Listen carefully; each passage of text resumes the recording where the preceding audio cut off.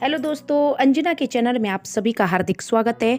तो आइए दोस्तों, आज हम जानते हैं श्रीमद् भागवत गीता के बारे में। श्री कृष्ण भगवान कहते हैं कि हे अर्जुन, जैसे अग्नि, वायु और जल के द्वारा प्रारब्धवश किसी प्राणी की हिंसा होती देखने में आवे तो भी वह वास्तव में हिंसा नहीं है, वैसे ही जिस पुरुष का देह में अभिमान नहीं है और स्वार्थ रहित केवल संसार के हित के लिए ही जिसकी संपूर्ण क्रियाएं होती हैं, उस पुरुष के शरीर और इंद्रियों द्वारा यदि किसी प्राणी की हिंसा होती हुई लोक दृष्टि में देखी जाए तो भी वह वास्तव में हिंसा नहीं है दोस्तों, क्योंकि आसक्ति, स्वार्थ और अहंकार के ना होने से किसी प्राणी की हिंसा हो ही नहीं सकती तथा बिना कर्तव्याभिमान किया हुआ कर्म वास्तव में अकर्म ही है, इसलिए वह पुरुष पाप से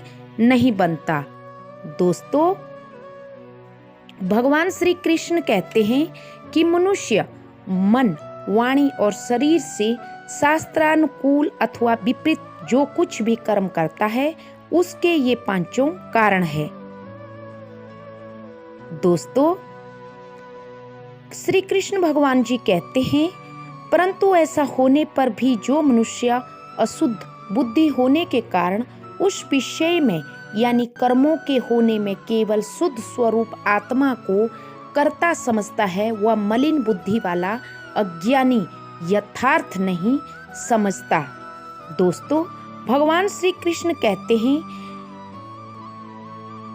क्योंकि शरीरधारी किसी भी मनुष्य के द्वारा संपूर्णता से सब कर्मों का त्याग किया जाना शक्य नहीं है, इसलिए जो कर्म फल का त्यागी है वही त्यागी है, यह कहा जाता है।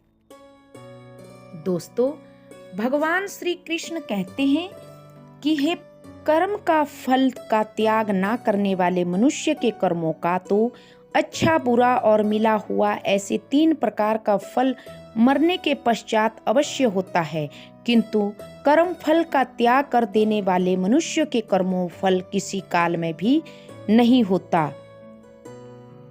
हे महाबाहो, संपूर्ण कर्मों की सिद्धि के ये 5 हेतु कर्मों का अंत करने के लिए उपाय बतलाने वाले सांख्य शास्त्र में कहे गए हैं, उनको तू मुझसे भली भांति जान।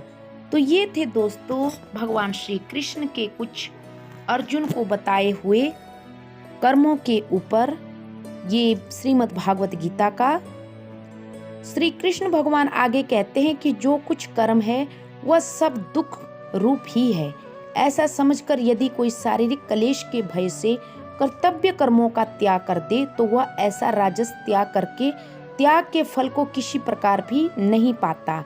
अतएव कर्म तो करना ही पड़ता है। हे अर्जुन, जो शास्त्र विहित कर्म करना कर्तव्य है, इसी भाव से आसक्ति और फल का त्याग करके किया जाता है, वही सात्विक त्याग माना जाता है।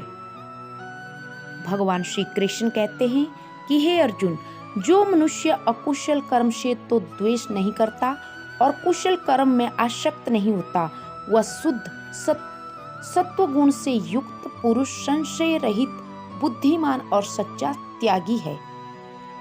आगे भगवान श्री कृष्ण कहते हैं कि ना ही दे भृता सक्यम तयुकुतम कर्माण सेत यस्तु कर फल त्यागी स त्यागी त्यभिद्यते, अर्थात क्योंकि शरीरधारी किसी भी मनुष्य के द्वारा संपूर्णता से सब कर्मों का त्याग किया जाना शक्य नहीं है, इसलिए जो कर्म फल का त्यागी है वही त्यागी है।